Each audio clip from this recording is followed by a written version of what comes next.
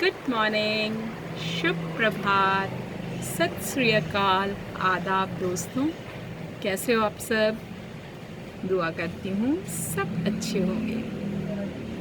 तो आज एक नन्ही सी बच्ची की कहानी है, एक छोटी सी प्यारी सी गुड़िया की, जो बचपन में अपने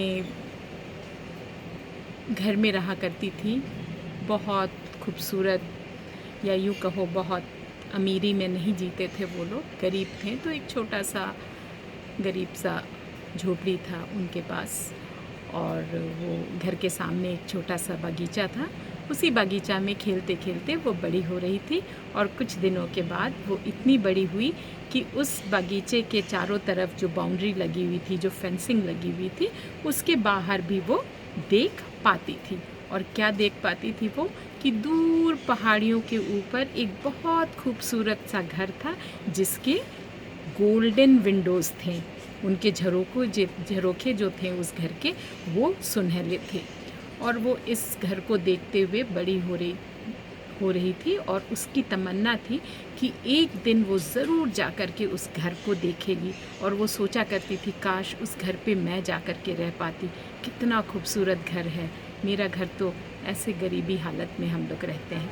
ये सोचते सोचते वो बच्ची बड़ी होती गई, और एक दिन इतनी बड़ी हो गई, इतनी समझदार हो गई कि वो घर से बाहर कदम रखने के लायक हुई।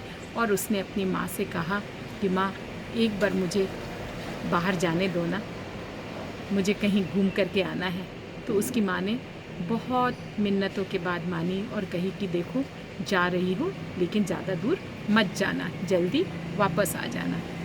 और जैसे ही उसे इजाज़त मिली, वो घर से निकली, उसने अपना बाइक निकाला और she started to drive down the lane. और वो अपनी बाइक चलाते हुए बहुत खुशी में, बहुत मस्ती में जा कर के उस गोल्डन घर के सामने अपना बाइक पार्क किया। बाइक पार्क करके उस रास्ते से होकर के जाने लगी। लेकिन जब वो घर के सामने पहुंची, क्या हुआ, वो बहुत ही ज़्यादा डिसअपॉइंटेड हो गई। मतलब उस घर को देख कर के उसे रत्ती भर भी खुशी नहीं हुई। क्यों?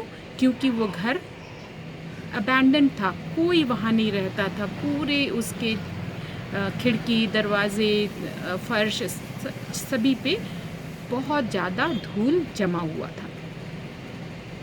जिस घर को वो सुनहले झरोखे वाले घर सोचा करती थी इतने सालों से, जिसे देखते हुए वो बढ़ रही थी, जिसमें रहने की उसकी इतनी दिली तमन्ना थी, उस घर को आज देख करके उसका दिल ही टूट गया। और उसी पहाड़ी से जब वो वापस दूसरे ओर देखती है, तो उसे वहाँ पे एक छोटा सा घर सुनहले खिड़कियों के साथ चमकता हुआ दिखता है। और वो घर किसका था? वो घर उसका खुद का था। सूरज की रोशनी जब पड़ रही थी, तो उसके घर की खिड़कियाँ भी बिल्कुल सुनहले रंग के दिख रहे थे और चमक रहे थे। तब उसे समझ में आया कि जिस खुशी को, जिस घर को वो ढूंढ रही थी इतने समय से, तो वो उसी घर में रह रही थी। तो अक्सर हमारे ज़िंदगी में भी ऐसा ही होता है कि हम हमेशा रास्ते के दूसरे तरफ, दुनिया के दूसरे तरफ, हर समय अपने पास जो है उसके आगे बढ़ कर के हम लोग देखने की कोशिश करते हैं, ढूंढने की कोशिश करते हैं।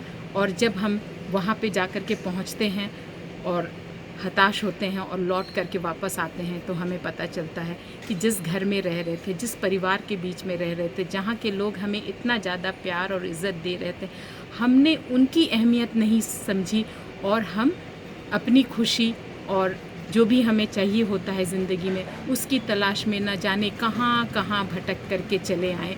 लेकिन वो खुशी, वो सारी जो हमारी तमन्नाएं थी, वो सब हमारे अंदर, हमारे घर में, हमारे पास ही मौजूद था। तो जो कुछ भी है हमारे पास, जो है, हमें अपनी खुशियाँ उसमें ढूंढनी चाहिए, ना कि बाहर भटक कर अपना समय, अपनी एनर्जी को वेस्ट करें और अंत में हताश होकर के वापस अपने घर को आएं। तो कहते हैं ना, लौट के बुद्धू घर को आया। तो ये वही बात हो गई। So keep loving, keep rocking, love you all, good day, God bless.